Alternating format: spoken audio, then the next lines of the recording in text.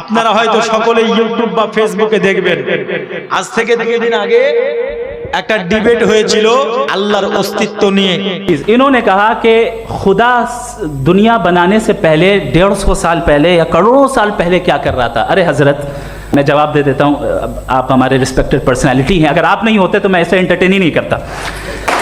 Time ये 100 साल पहले या 100 साल बाद, पहले बाद में अभी, ये वो अल्फाज हैं जिनका ताल्लुक टाइम से है। टाइम शुरू ही हुआ है यूनिवर्स की बिगिनिंग के बाद, तो उसके पहले खुदा क्या कर रहा था, सवाल इलॉजिकल है, ये फेलेसी है।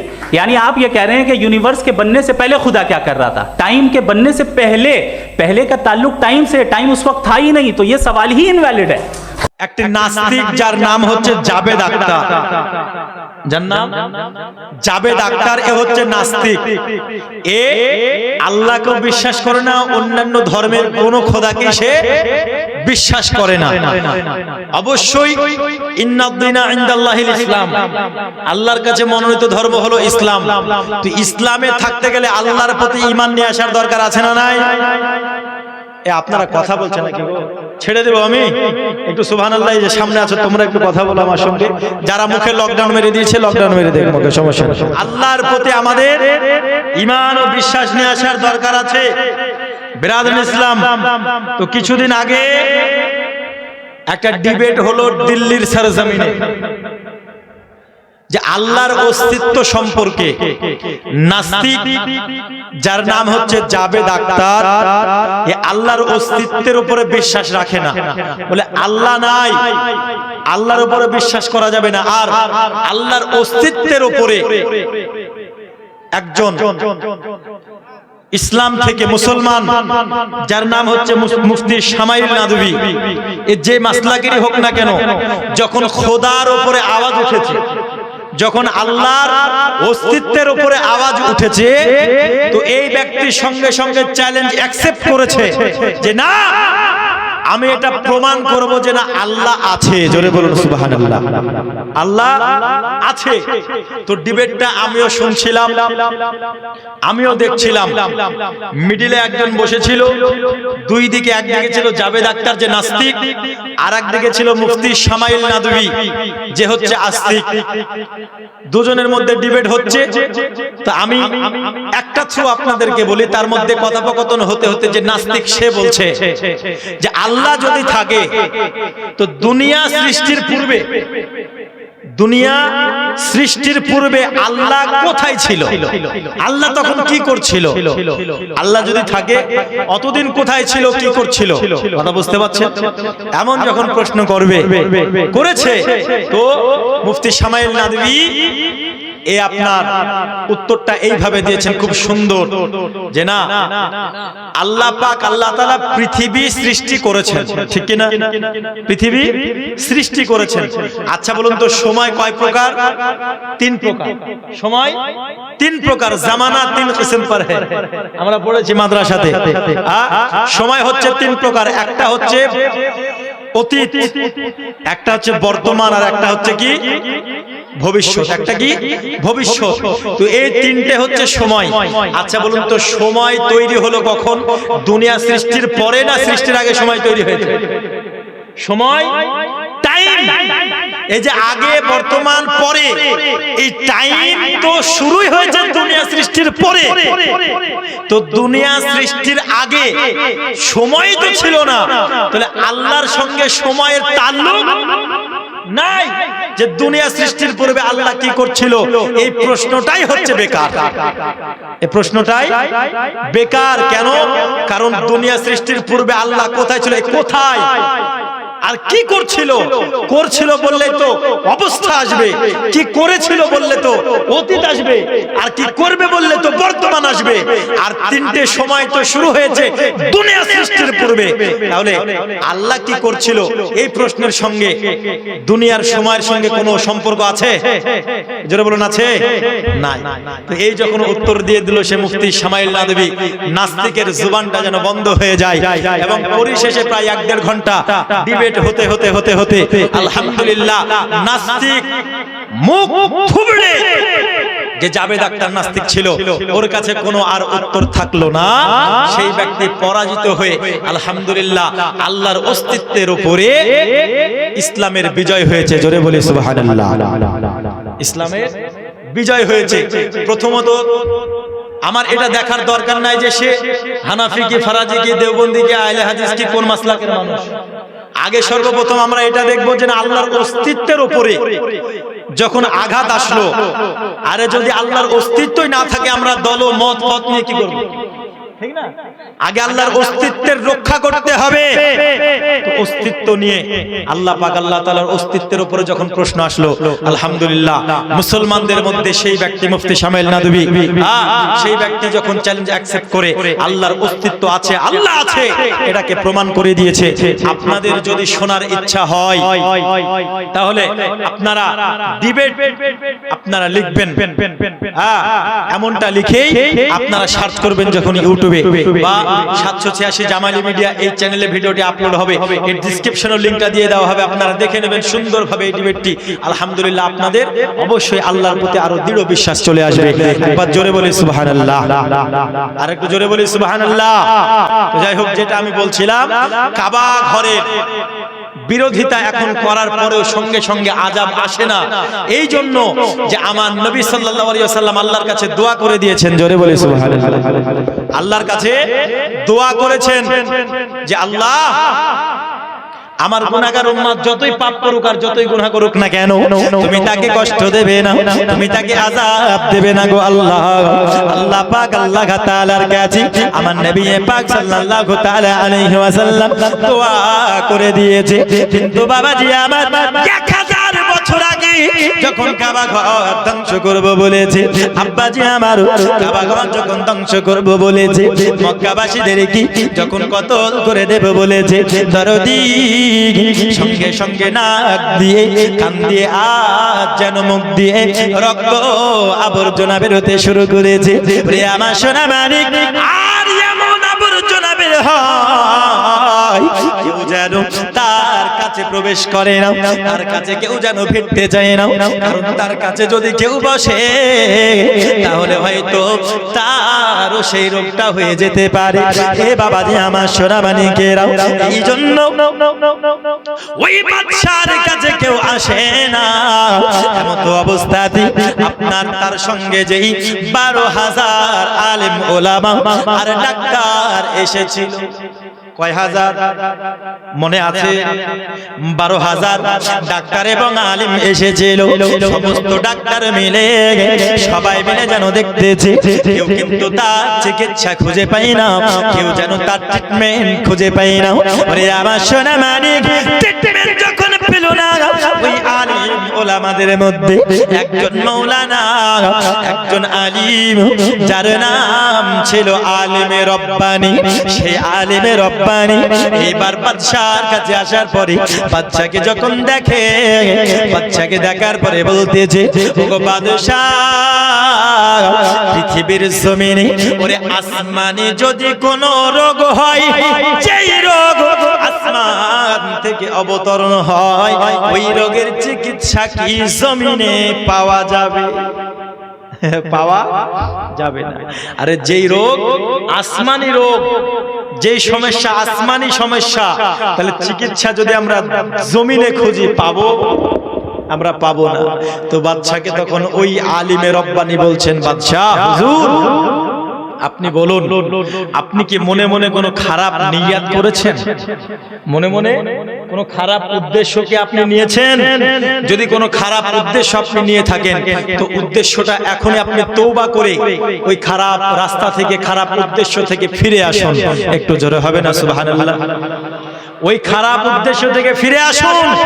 তো বাদশা দেখতেছেন, আমি তো নিয়াত করেছিলাম কি, কাবা ঘরকে ভেঙে ভেঙে আমি তো নিয়াত করেছিলাম আমি মক্কাবাসীদেরকে কতল করে দেব। ওরে আমার সোনা মানিক, আলিমের কথা শোনার পরে যখন আপনার দরদি এইরকম তওবা করে নিল, বলতেছেন মাওলা আমি তোমার কাবা ঘর ধ্বংস করব না, আমি মক্কাবাসীদেরকে কতল করব না, আমি তওবা করতেছি। সঙ্গে সঙ্গে যেন আল্লাহ পাক তার অসুস্থতা ভালো করে দিয়েছে। রে আমার সোনা মানিকেরাও, এই কাবা ঘর আমরা যারা তওয়াফ করতে যাই, আমরা যারা কাবা ঘরের কাছে হজ করতে যাই, দরদি এই বাদশাহ কাবা ঘরকে ভাঙবো বলেছে, ওই বাদশাহ এই বাচ্চার কাবা ঘরে একটি সোনালী গিলাফ দিয়ে দিল, সোনালী গিলাফ দিয়ে ঢেকে দিয়েছে। তাহলে যেই বাদশাহ কাবা ঘর ধ্বংস করব বলল, আল্লাহ পাক আল্লাহ তাআলা তাকে দিয়ে সোনালী গিলাফ দিয়ে নিলেন। আর যেই মক্কাবাসীদেরকে কতল করব বলেছিল, সেই মক্কাবাসীদেরকে সবাইকে আপনার 7টা করে দিরহাম দিয়েছেন। কত দিরহাম? 7 দিরহাম পয়সা পুরো মক্কাবাসীদেরকে দিয়েছে। বেরাদরিন ইসলাম আজিজানে মুহতারাম, তো এইবার যেই কাবা ঘর ধ্বংস করব বলেছিল, আল্লাহ সেই ব্যক্তিকে দিয়ে কাবা ঘরের গিলাফ চড়িয়ে নিলেন। আর যে মক্কাবাসীদেরকে কতল করবে বলেছিল, সেই মক্কাবাসীদেরকে 7টা করে দিরহাম আল্লাহ দেওয়ে নিলেন। আচ্ছা বলুন তো, আল্লাহ পাক আল্লাহ তাআলা চাইলে সবকিছু করতে পারে কি পারে না? এজোরে বলুন, পারে কি পারে না? গরিবকে আপনার ধনী বানাতে পারে, ধনীকে ফকির বানাতে পারে। আল্লাহ যদি চায় এখনই আমাদের সবার মৃত্যু দিতে পারে কি পারে না? জোরে বলুন, পারে কি পারে না? পারে। কিন্তু মুসলমান বাবাজি ও ভাইরা, এইবার মক্কা থেকে সেই কাফেলাটা চলে গেল মদিনায়। জোরে হবে না সুবহানাল্লাহ? কথা বুঝুন ভালো করে, আমি নবীর আসার 1000 বছর আগের কথা বলছি। আর আমার নবীর সম্মান মর্যাদা, নবীর মর্যাদা কতটা, শুধু নবী এসেছেন আসার পরেই যে আমার নবীর চর্চা হয়েছে তা নয়, নবীর চর্চা কত বছর আগে হয়েছে একটু বুঝুন ভালো করে। এ বাবাজি আমার সোনা মানিকেরা, মক্কা থেকে আলিম ওলামাদেরকে বাদশাহ নিয়ে যাওয়ার পরে চলে গেল মক্কা থেকে মদিনাতে। আর মদিনা সরজমিনে, মদিনার নাম মদিনা ছিল না, মদিনার নাম ছিল ইয়াসরিব। কি ছিল? ইয়াসরিব। মদিনার নাম আগে মদিনা ছিল না, তাই তো কবি বলতেছে, ইয়াসরিব নামে ছিল তুমি অলক্ষণের দেশ, বড় মারাত্মক যে ছিল তোমার পরিবেশ। ইয়াসরিব নামে ছিল তুমি অলক্ষণের দেশ, বড় মারাত্মক যে ছিল তোমার পরিবেশ। নবীর ছোঁয়া পেয়ে গেলে সোনার মদিনা, নবীর ছোঁয়া পেয়ে গেলে সোনার মদিনা। সব ভুলিব কিন্তু তোমায় ভুলতে পারি না, সব ভুলিব কিন্তু তোমায় ভুলতে পারি না।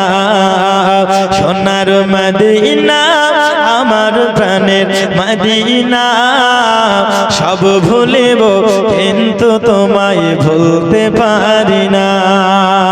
জোরে বলুন সুবহানাল্লাহ। জান্নাতের বাগান তোমায় নবী বলেছেন, পাক শিফার অধিকারী তোমায় করেছেন। জান্নাতের বাগান তোমায় নবী বলেছেন, পাক শিফার অধিকারী তোমায় করেছেন। তোমার বুকে প্রবাহিত নূরের ঝরনা, তোমার বুকে প্রবাহিত নূরের ঝরনা। সব ভুলিব কিন্তু তোমায় ভুলতে পারি না, সব ভুলিব কিন্তু তোমায় ভুলতে পারি না। জোরে বলুন সুবহানাল্লাহ। হে দরদি, বাদশা চলে গেল ইয়াসরিব শহরে, ওরে আবার মদিনায় যাওয়ার পরে যখন পৌঁছেছেন মদিনার সরজমিনে ওই আলেম ওলামাদের সঙ্গে, যে আপনার বাদশার সঙ্গে মৌলানারা গিয়েছিল, আলেম গিয়েছিল, ওই আলেমেরা মদিনার যেন ধুলোবালি নিয়ে নিয়েছে হাতে। মদিনার মাটি যখন নিয়েছে, যখন নাক দিয়ে আপনার মাটি শুঙেছে, পাথরগুলো যখন হাতে নিয়েছে, ওরে আমার সোনা মানিক, ওই আলেমেরা তখন বলেছিল বাদশাহ আমরা এই মদিনা ছেড়ে আর কোথাও যাব না। বাদশাহ তখন বলতেছে তোমরা আমায় বলো না মদিনা ছেড়ে তোমরা কেন যাবে না? তখন মাওলানারা বলতেছে ওগো হুজুর আমরা তাওরাতে পড়েছি, আমরা ইনজিলে পড়েছি, আখিরি জামানায় এমন একজন পয়গম্বর আসবে, এমন একজন নবী আসবে, ওই নবীকে না বানালে আপনি বানাতেন না, আমি আল্লাহ আমাকে বানাতো না, 18,000 মাখলুকাত কিছু সৃষ্টি করতো না। সোনা মানিক আমার ওই মাওলানা বলেন হুজুর ওই নবী না আসলে আল্লাহ পাক কিছু বানাতো না। আমরা জানো তাওরাত জাবর ইনজিলে পড়েছি, ওই আখিরি নবী এখানে আসবে, ওইখান থেকে আল্লাহর হুকুমে হিজরত করে মদিনার সরজমিনে আসবে। সরে বলুন সুবহানাল্লাহ। কোথায় আসবে? মদিনার সরজমিনে আসবে। আর শুধু তাই নয়, আমরা যেন মদিনার মাটি যেন যখন শুনি, আমরা যেন পাই এই মদিনার মাটিতে ওই খুশবু আছে, যে খুশবু আমার নবীর খুশবু। আমার নবীজি এই মদিনায় কদম তুলি রাখবে, আমরা মাটি শুনে যেন বুঝতে পারি ওই নবীজি একদিন হিজরত করে মদিনার সরজমিনে আসবে, আমরা যেন সুস্পষ্ট বুঝতে পারি। না না না, আমরা মদিনা ছেড়ে কোথাও যাব না। আরে আমার নবী যদি এই মদিনাতে হিজরত করে আসে আর আমাদের সঙ্গে যদি দিদার হয়ে যায়, তাহলে আমরা ধন্য হয়ে যাব, আমরা ধন্য হয়ে যাব। কথা বুঝুন, আমার নবী আসার 1000 বছর আগে মদিনার মাটির সুগন্ধ শুনে বলে দিয়েছে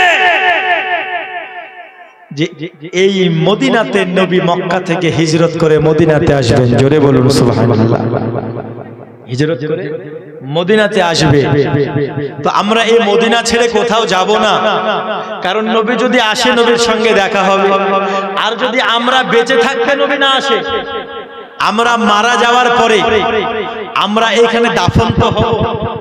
আর আমরা যদি দাফন হই, আরে নবী একদিন মদিনাতে আসার পরে মদিনার কদম ধুলি যদি সেই ধুলা হাওয়াতে উড়তে উড়তে গিয়ে আমাদের কবরেও পড়ে একটা, তাহলে আমরা কাল হাসরের মাঠে আমরা বেড়া পার করে নেব। জোরে বলুন সুবহানাল্লাহ।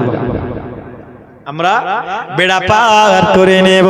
ও নবীর ভালোবাসনেওয়ালারা, ও নবীর মুহাব্বতকারীরা, শোনো রে বাবা, ওই মাওলানারা তখন বলতেছি আমরা যেন মদিনা ছেড়ে কোথাও যাব না, আমরা মদিনা ছেড়ে কোথাও যাব না। সোনামানি খাবার ওই বাদশা তখন বলতেছে আমি তোমাদেরকে ফোর্স করব না, তোমাদেরকে আমি জবরদস্ত করব না, তবে শোনো তোমরা থাকবে, তোমরা থাকো। তো ওই বাদশাহ ওই মাওলানাদের জন্য মদিনাতে 400 ঘর তৈরি করে দিয়েছে। কত ঘর? জোরে বলুন, কয় ঘর? কত? এত জোরে বললে হয়? এত জোরে আপনারা বলছেন, আমার তো কান ঠসা হয়ে যাচ্ছে গো। 400 ঘর মদিনাতে তৈরি করে দিল। এবং যে আলিমে রব্বানির কথা বলেছিলাম মনে আছে? আলিমে রব্বানি যে তার রোগটা ধরতে পেরেছিল, সে আলিমে রব্বানি তার ঘরের পাশে একটা বড় ঘর তৈরি করেছে। একটি বড় ঘর তৈরি করেছে। তো কেন? কারণ তারা বলতেছে যে আমি বাদশাহ, আমি তো চলে যাব ইয়ামানে, আমার রাজত্ব আছে, আমি থাকতে পারবো না, আমি তো চলে যাব, কিন্তু একদিন তো নবী আসবে এইখানে। তো এই ঘরটা আমি এই জন্য তৈরি করলাম যে নবী আমার যখন মক্কা থেকে মদিনাতে আসবে তো নবী যেন এই ঘরেই আরাম করেন। জোরে বলুন সুবহানাল্লাহ। নবী যেন এই ঘরেই আরাম করেন। তো ঘরটা বানালো, আর বাদশা একটা চিঠি লিখলো। কি লিখলো? Point to be noted. বাদশা একটা চিঠি লিখলো, চিঠি লিখে ওই আলিমে রব্বানি তাকে দিল এবং বলতেছে, হে আলিম, যদি নবী আসে তো নবীকে এই চিঠিটা দেবে, চিঠিটা যেন খুলবে না, নবীকে এই চিঠিটা দেবে। যদি তোমরা বেঁচে থাকতে নবী না আসে তো তোমার সন্তানকে ওসিয়ত করে যাবে, তোমাদের সন্তানের জামানাতে যদি নবী আসে তো তোমার সন্তান যেন নবীকে দেয়। যদি না আসে তাদের সন্তান, বলে দিও যেন তারা পরস্পর পরস্পর তাদের সন্তানকে চিঠিটা দিতে দিতে দিতে দিতে যেন ওসিয়ত করে করে যায় এবং চিঠিটা যেন নবীর কাছ পর্যন্ত পৌঁছায়। কথা বুঝতে পারছেন? চিঠিটা যেন পরিশেষে নবীর কাছ পর্যন্ত পৌঁছায়। তো বাদশা চিঠিটা লিখে নবী যেন থাকেন এই জন্য একটি ঘর তৈরি করে চলে গেল মদিনা থেকে কোথায়? আপন দেশে ইয়ামানে। কথা বুঝতে পারছেন? আপন দেশ ইয়ামানে চলে গেল। হে বাবা জি আমার সোনা মানিকেরাও, কিন্তু ওই আলেমেরাও আমার নবীর দিদার কেমন করে পাবে? আমার নবী আসার 1000 বছর আগের কথা আমি বলতেছি। সোনা মানিক আমার নবী আসবে এই কথা এখন শুধু নয়, আমার নবী আসার 1000 বছর আগে তাওরাত জবুর ইনজিলে আমার নবীর কথা এসেছেন। আর মাওলানারা মদিনার মাটি শুনে আমার নবী আশাকে এক্সপেক্ট করে নিয়েছেন। ওরে আমার সোনা মানিক, একদিন দুই দিন চলে যায়, অবশেষে এ দরদি আমার 950 বছর কেটে গেল। কত বছর? জোরে বলুন। 950 বছর কেটে গেল। দরদি 950 বছর যখন কেটে গেল, এমন তো অবস্থাতে 570 খ্রিস্টাব্দে রবিউল আউয়াল মাস, আর রবিউল আউয়ালে আমার নবীজি ধরার জমিনে আগমন করেছে। আমার নবী দুনিয়াতে আসলেন, আর দুনিয়াতে আসার পরে আমার নবী পাক তিনার আগমনের কথা, তিনার বাল্যকাল, তিনার জীবনী যদি আরো বলতে যায় সময় অনেক লেগে যাবে। তো আমি যেটা সাবজেক্ট ধরেছি সেটা শেষ করার জন্য চলুন মক্কি জিন্দেগিটা আমি বাদ রাখলাম। তো রাসূল সাল্লাল্লাহু আলাইহি ওয়াসাল্লাম মক্কা থেকে 53 বছর বয়সে মদিনাতে গিয়েছে। কয় বছর? জোরে বলুন, কয় বছর? 53 বছর বয়সে নবী আমার মক্কা থেকে যখন মদিনাতে যান, আল্লাহর যখন হুকুম হলো যে হে নবী আপনি মদিনাতে হিজরত করে চলে যান, তো মদিনাতে যখন যাবে তো মদিনাবাসীরা সবাই তারা আমার নবী আসবে তার জন্য ঘর ঘর সাজিয়ে রেখেছেন। জোরে বলুন সুবহানাল্লাহ। একবার মহব্বতে দরুদ আল্লাহুম্মা সাল্লি, একটু জোরে জোরে পড়ুন না গো, হায়রে মহব্বত নবীর, একটু জোরে জোরে পড়ুন। আল্লাহুম্মা সাল্লি আলা মাওলানা মুহাম্মদ ওয়া আলা আলিহি মাওলানা মুহাম্মদ সাল্লাল্লাহু আলা মুহাম্মাদিন।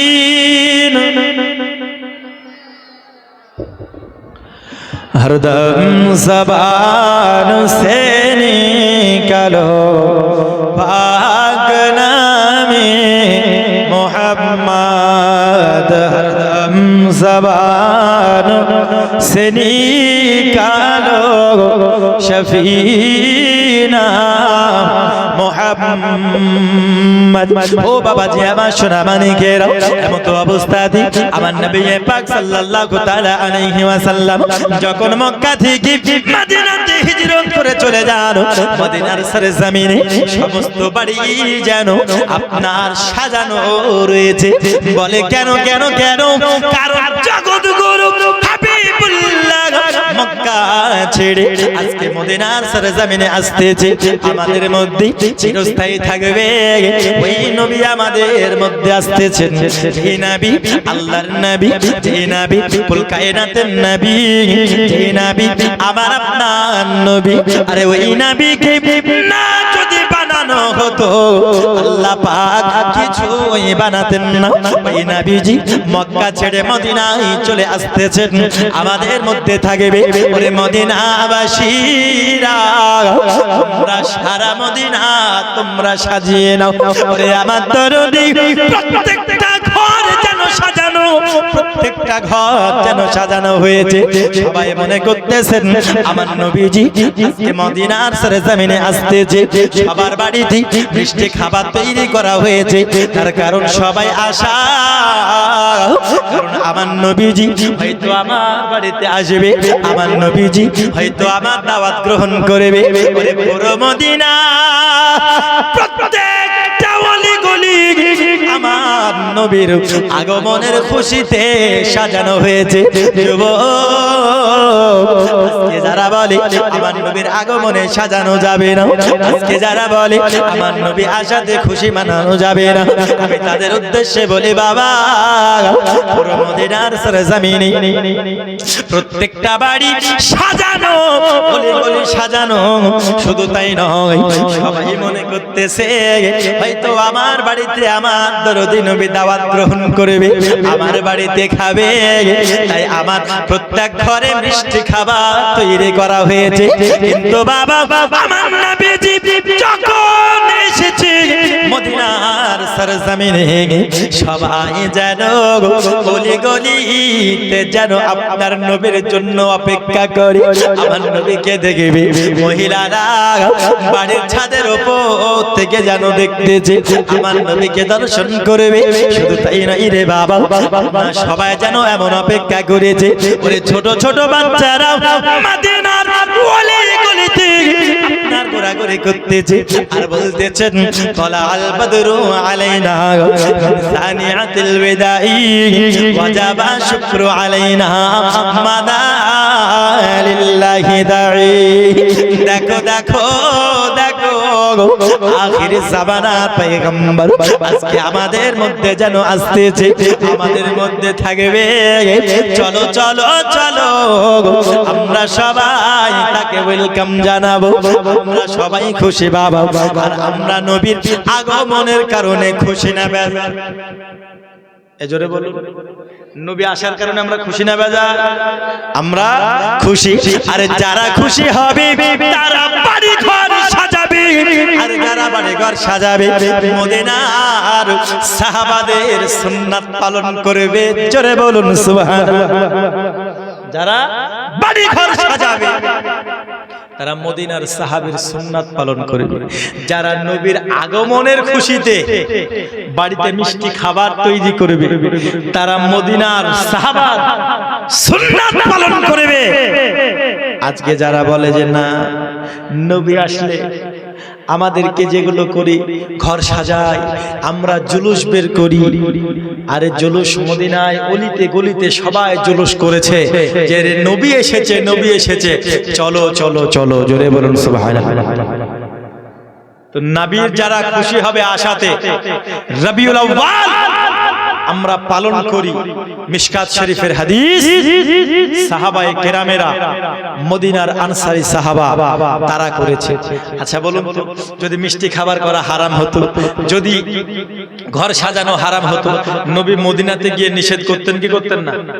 এই কথা বলুন না, করতেন। ওরা রবিউল আউয়ালে হালুয়া খেলে, মিষ্টি খেলে, ওদেরকে যদি ক্ষীর খেলে ওদের গায়ে অ্যালার্জি হয়ে যায়।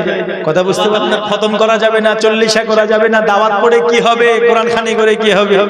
আবার যদি মসজিদে বলুন বা কোনো জায়গায় যদি ছাগল জবাই করে বলে যে সবার জন্য খাওয়াবে, চলো, আরে সর্বনাশ। ওদের নিজের বেলায় জায়েজ হয়ে যায়। বলে মানুষ মারা গেলে কোনো কিছু করে লাভ নাই, কবরে বলে নেকি যায় না, বলে না কবরে কোনো নেকি পৌঁছায় না, মানুষ মরে গেলে যেটা করে গেছে ওটাই চলে গেছে, আর কিছু হবে না। আবার ওরা যখন জালসা দেবে ওদের বক্তা কত সুন্দর বলবে, বাবার নামে মায়ের নামে দান করেন, আবে যখন নেকি পৌঁছাবে না তো মায়ের নামে দান করে কি করব? ঠিক কিনা বলো? দান করে কি করব? নিজের বেলায় ঠিক জায়েজ হয়ে যায়। কথা বুঝতে পারলেন তো? কিন্তু আমরা আহলে সুন্নাত ওয়াল জামাত, আমরা নবী দিবস পালন করি, মদিনার সাহাবাদের সুন্নাত পালন করি। জোরে বলুন সুবহানাল্লাহ। আমরা ঘর সাজাই মদিনা যেমন সাজিয়েছিল। কেন? কারণ একটা নবী আসার জন্য। কিসের জন্য? জোরে বলুন, নবী আসার জন্য। আরে ওই সময় তো নবী মদিনায় গিয়েছেন, তাই মদিনাবাসীরা কত আনন্দিত। আর আমরা যেই নবীর জন্য ইসলাম পেয়েছি, আরে সেই নবী যেই দিনে এসেছেন সেই দিনটাকে আমরা খুশি মানাতে পারি না? জোরে বলুন, পারি কি পারি না? অবশ্যই। আর দরকার, আর যারা নবীর আগমনের খুশি পালন করবে ওই সাহাবাদের সঙ্গে তাদের হাসর হবে। জোরে বলুন সুবহানাল্লাহ। সাহাবাদের সঙ্গে তাদের হাসর হবে, সাহাবাদের সঙ্গে তারা জান্নাতে যাবে। মিল্লাত ইসলামিয়া যখন মদিনায় পৌঁছালেন, তো মদিনায় পৌঁছানোর পরে সবাই যেন অপেক্ষা করতেছে কি, যে নবী হয়তো আমার ঘরে আসবে, নবী হয়তো আমার ঘরে আসবে, এ দরদি আমার নবী হয়তো আমার ঘরে আসবে। কিন্তু সবাই যেমন আমার নবীকে দাওয়াত যখন দেয়, নবী গো আপনি আমার বাড়িতে দাওয়াত কবুল করুন, আপনি আমার বাড়িতে নিমন্ত্রণ কবুল করুন। আমার নবী দেখতেছেন, আমি যদি এর বাড়িতে দাওয়াত কবুল করি হয়তো ওর মনটা ভেঙে যাবে, আমি যদি ওর বাড়িতে করি তাহলে হয়তো তার মনটা ভেঙে যাবে। এমন পরিস্থিতি আমাদের মধ্যে হয় কি হয় না? যদি তোমাদেরকে ভালোই বাসতে হয়, নবীকে ভালোবাসো, আল্লাহ পাক আল্লাহ তোমার কিসমতে খুব ভালো লিখে দেবেন। জোরে বলুন সুবহানাল্লাহ। যদি ভালোবাসতে হয় নবীকেই ভালোবাসো। তাই তো কবি বলছেন, মন যদি দিতে হয় নবীকে দিও, ভালো যদি বাসতে হয় নবীকে বাসো। মন যদি দিতে হয় নবীকে দিও, ভালো যদি বাসতে হয় নবীকে বাসো। তোমার দুঃখ যাতনা যিনি সইতে পারে না, ওই নবীজির মোহাব্বতে দুরূদ পড়ে।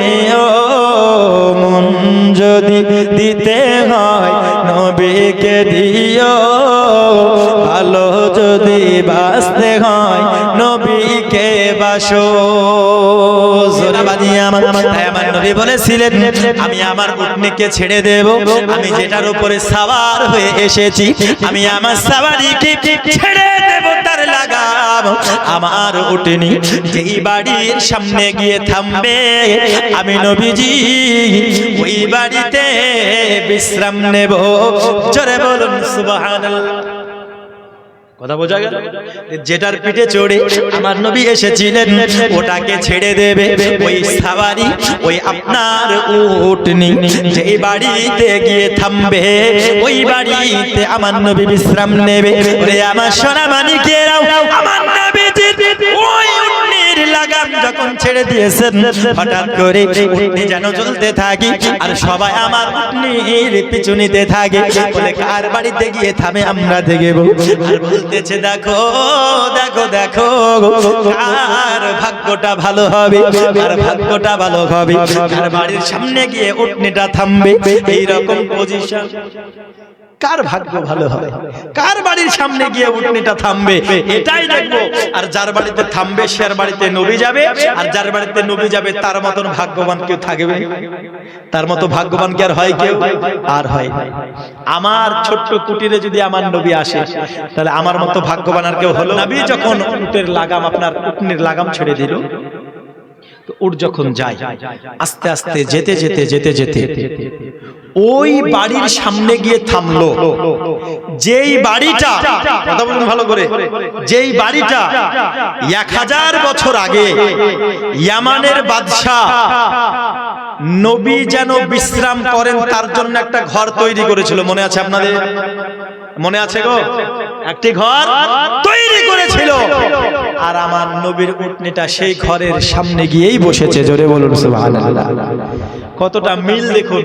1000 বছর আগে যে ঘরটা তৈরি করেছিলেন ওই আলিমে রব্বানির ঘরের পাশে, ওই ঘরের কাছে গিয়ে যেন আমার নবীর উটনিটা যেন দাঁড়িয়ে গিয়েছে, ওই জায়গায় যেন বসে গিয়েছে। হে বাবাজি আমারও এমন তো অবস্থাতে আমার নবীজি ওই ঘরে যেন প্রবেশ করে যায়। আমার সোনা মানিক, আরো একটি বিষয় আছে যেটা আপনাদেরকে বলার অতি প্রয়োজন। যে বাদশাহ শুধু একটি ঘর তৈরি করে নাই, আমার নবীর জন্য একটি চিঠি লিখেছিল।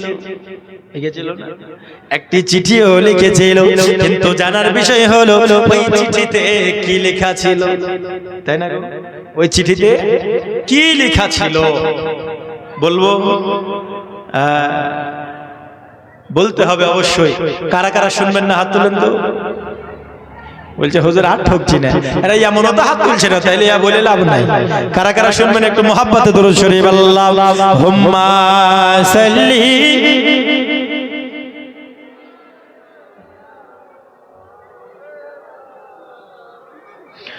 ওয়ালা আলি সাইয়্যিদিনা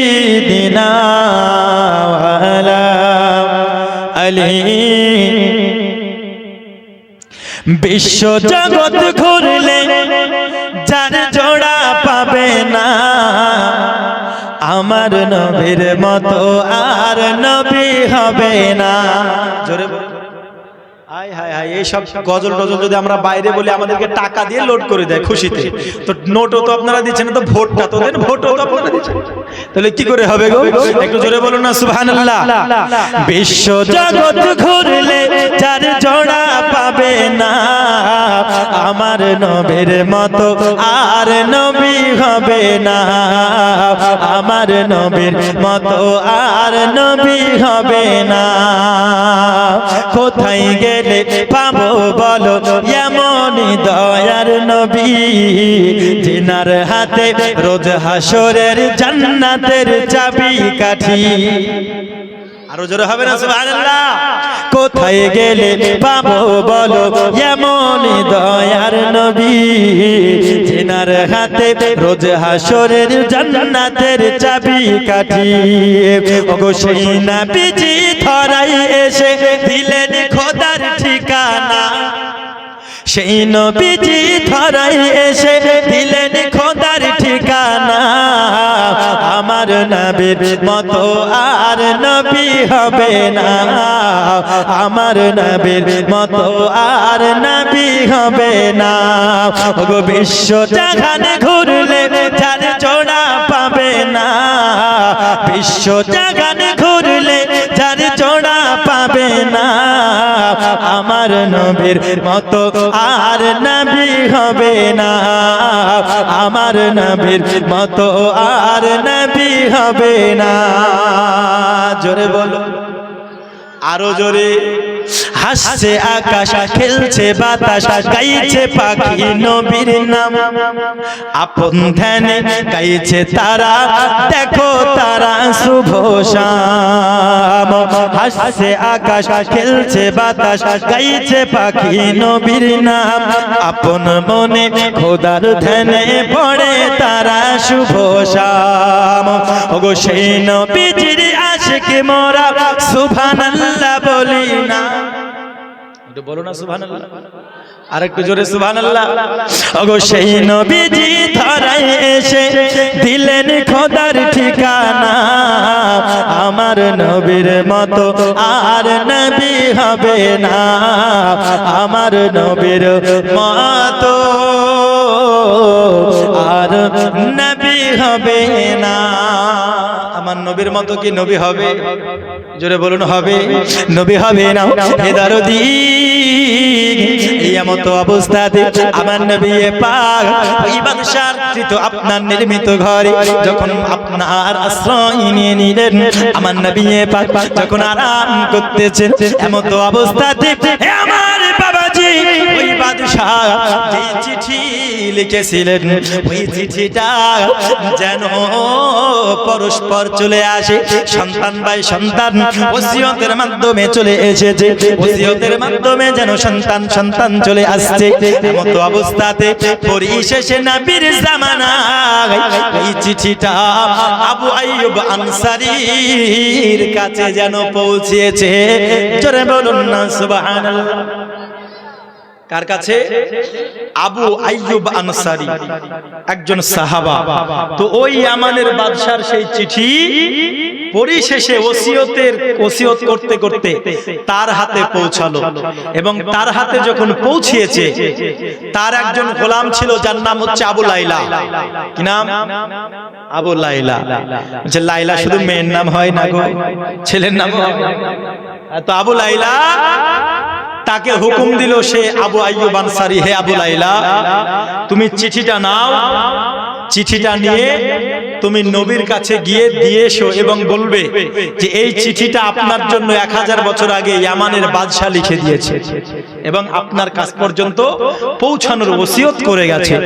তো আবু লাইলা চিঠিটা নিল, চিঠিটা নেওয়ার পরে যখন আমার নবীর কাছে যাবে, আরে আবু লাইলা মুখ দিয়ে কিছু বলার আগেই আমার নবী বলছেন, এই আবু লাইলা তোমাকে আবু আইয়ুব যে চিঠি দিয়ে পাঠিয়েছে 1000 বছর আগে ইয়ামানের বাদশা আমার জন্য যে চিঠি লিখেছিল সেই চিঠি তুমি নিয়ে এসেছো, আমায় দাও। জোরে বলুন সুবহানাল্লাহ।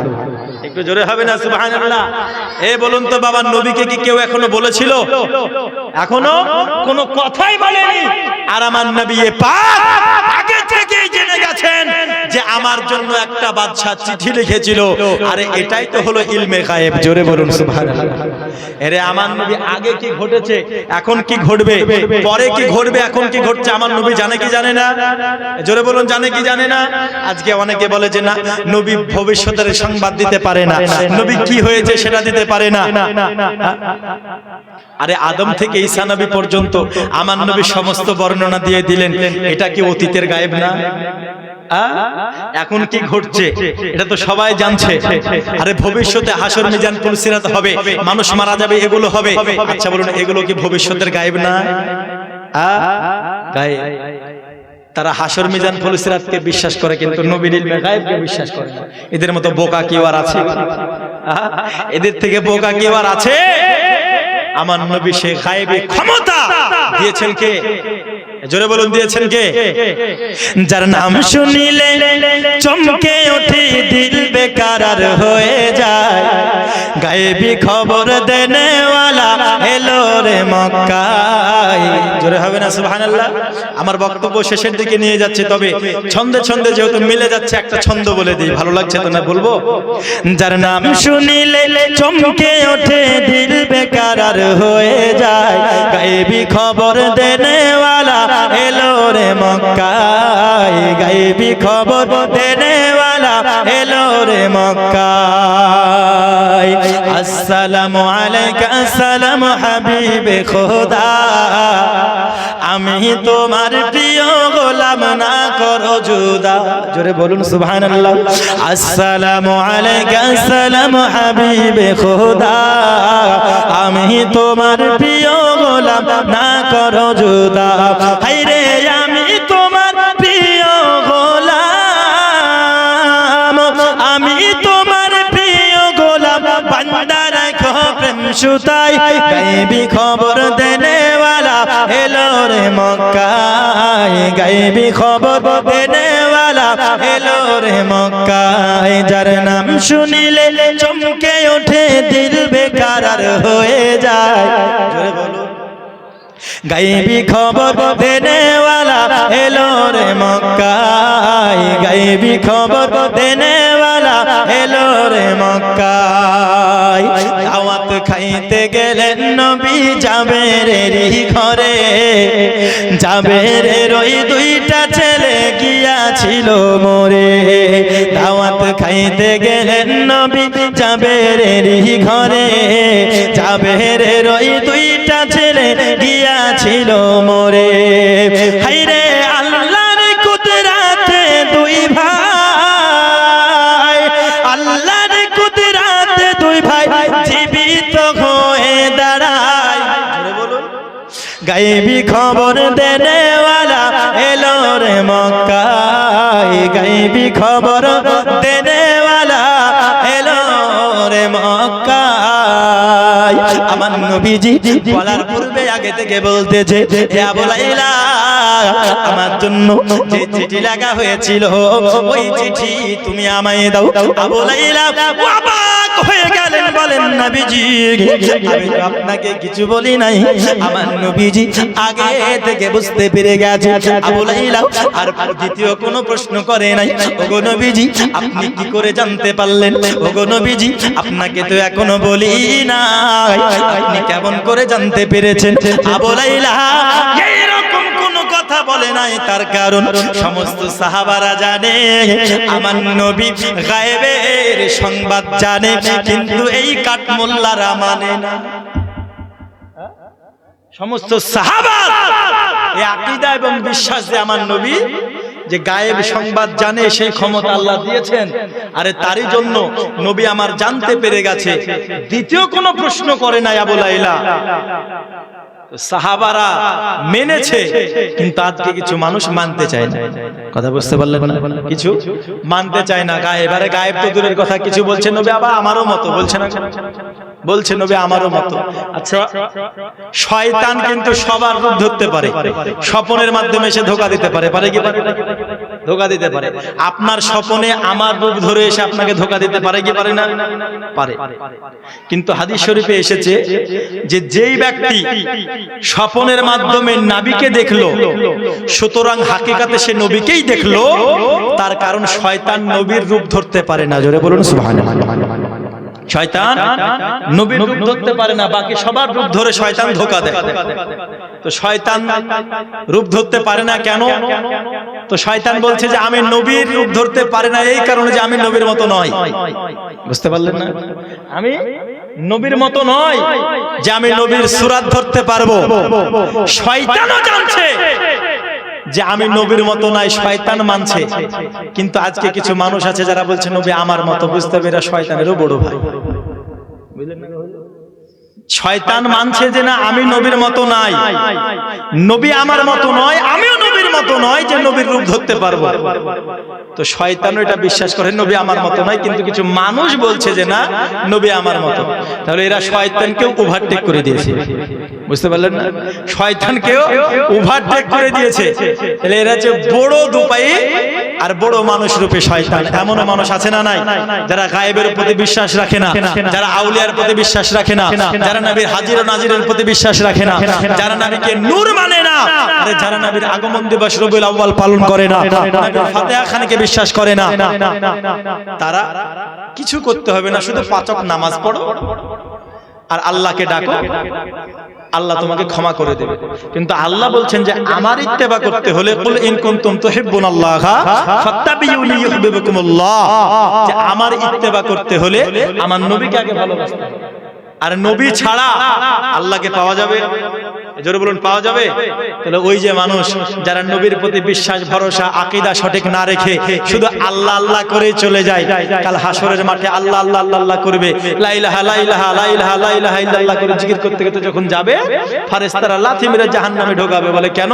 কারণ লা ইলাহা ইল্লাল্লাহর সঙ্গে মুহাম্মদুর রাসূলুল্লাহ যতক্ষণ না থাকবে। আচ্ছা বলুন, আল্লাহর সঙ্গে নবীর ভালোবাসা দরকার আছে না নাই? আছে। যদি নবীর ভালোবাসা না থাকে আল্লাহ পাওয়া যাবে না, পূর্ণাঙ্গ মুমিন মুত্তাকিন আমরা হতে পারবো না। তো নবীর ইলমে গায়েবের প্রতি আমরা আহলে সুন্নাত ওয়াল জামাত বিশ্বাস রাখি কি রাখি না? জোরে বলুন, রাখি কি রাখি না? বিশ্বাস আমরা রাখি। মুসলমান বাবাজি ভাইয়েরা, আমি যেটা বলতেছিলাম, তো নবীর কাছে যখন চিঠিটা পৌঁছে গেল, নবীর কাছে যখন চিঠিটা পৌঁছে গেল, তো চিঠিটা যখন খুলছেন আমার নবী চিঠি পড়ছেন। আমার নবী চিঠি পড়ছেন। কার চিঠি গো? ওই ইয়ামানের বাদশা 1000 বছর আগে চিঠি। ওই চিঠিটা যখন পড়তেছে এমন তো অবস্থাতে ওই বাদশা যখন চিঠি লিখেছিলেন, তখন বাদশা যেমন এই রকম কথা বলতেছে, ওগো নবীজি আমার আলেম ওলামারা বলেছে আপনি নবীজি এমন একজন পয়গম্বর, এই পয়গম্বরকে না বানালে আল্লাহ আদম থেকে ঈসা রুহুল্লাহ পর্যন্ত কাউকে বানাতো না। ওই আপনি নবীকে যদি না বানাতেন আল্লাহ তাহলে আমি বাদশাকে বানাতো না। আপনি নবীর মর্যাদা, আপনি নবীর শান ও মান, আমি বাদশাহ। আমাকে আলেম ওলামারা আমার বলেছে, ওগো নবীজি আমি বাদশাহ, আমি বাদশাহ হয়ে নয় আপনাকে চিঠি লিখতেছি। ওগো নবীজি হয়তো আপনার কাছে আমার এই চিঠিটা পৌঁছাতে অনেক দেরি হতে পারে, কিন্তু নবী গো একটি কথা আমি বাদশাহ আপনাকে বলি, নবী আপনি নবীর উপরে, আমি বাদশাহ, এবং আপনার উপরে যেই কিতাব নাজিল হবে ওই কিতাবের উপরে আমি বাদশাহ ঈমান নিয়ে আসলাম। জোরে হবে না সুবহানাল্লাহ? ওগো নবীজি আপনি নবীকে আমি ভালোবাসলাম, আমাকে উম্মত বলে স্বীকার করে নেবেন যখন চিঠিটা আপনার হাতে পৌঁছাবে। আর নবী গো আপনি আমাকে উম্মত বলে স্বীকার করে নেবেন, আমি আপনার প্রতি, আপনি যে আল্লাহর নবী, আপনার প্রতি আমি সেই ঈমান নিয়ে আসছি। আর আপনার প্রতি যে কিতাব নাজিল হবে সেই কিতাবের প্রতি আমি ঈমান নিয়ে আসছি। ওগো নবী আমি হয়তো পৃথিবীর জমিনে সর্বপ্রথম উম্মত আপনার হব। জোরে বলুন সুবহানাল্লাহ। ইয়া রাসূলুল্লাহ আমাকে গোলাম বলে স্বীকার করে নেবেন, আমাকে উম্মত বলে স্বীকার করে নেবেন গো নবী। হাসরের ময়দানে, মাহশরের প্রান্তরে আমি গুনাহগার, আমি যেখানেই থাকি না কেন ওগো নবী আমাকে খুঁজে নিয়ে একটু আমাকে সঙ্গে নিয়ে যাবেন। জোরে বলুন সুবহানাল্লাহ, আরো জোরে বলুন সুবহানাল্লাহ। তো নবী আসার 1000 বছর আগে আমার নবীর প্রতি ঈমান নিয়ে আসছেন, নবীর কিতাবের প্রতি ঈমান নিয়ে আসছেন। কি বলে? যে আমার নবী নবী বলে স্বীকার করছেন। আর কিছু কাঠমোল্লা যারা আছে বলছেন নবী 40 বছর পরে নবী হয়েছে, বলেন 40 বছর পরে বলেন নবী হয়েছে। আরে 40 বছর পরে নবী নবী হয় নাই, নবী তিনি যে নবী এটা প্রকাশ করেছেন। আরে নবী তো হাজার হাজার বছর আগে যখন কিছু ছিল না তখনও আমার নবী ছিল। আল্লাহর পরে আল্লাহ যাকে সৃষ্টি করেছেন তিনি হচ্ছেন আমার নবী। জোরে বলুন সুবহানাল্লাহ। তো 1000 বছর আগে আমার নবীর প্রতি ঈমান নিয়ে এসেছেন, আমার নবীর গুণগান গুণকীর্তন চর্চা শুনে, আমার নবীর মর্যাদা শুনে ওই ইয়ামানের বাদশা পর্যন্ত 1000 বছর আগে ঈমান নিয়ে এসেছেন। কিন্তু আজকে আমরা মুসলমান, সেই মর্যাদা সম্পন্ন রাসূল, সেই মর্যাদা সম্পন্ন আমরা নবী পেয়েছি, কিন্তু আমরা সেই নবী পাওয়ার পরে আমরা সেই নবীর মুহাব্বতে আমাদের রাসূল যেটা বলেছেন সেটা আমরা করতে পারি না, রাসূল যেটা বর্জন করতে বলেছেন সেটা থেকেও আমরা বিরত থাকতে পারি না, আমরা পারি না। আমা আতাকুমুর রাসূলু ফাখুযুহু ওয়া মা নাহাকুম আনহু ফান্তাহু। আমার রাসূল যেটা দিয়েছেন সেটা তোমরা নিয়ে নাও, আমার রাসূল যেটা থেকে নিষেধ করেছেন সেটা থেকে তোমরা বিরত থাকো।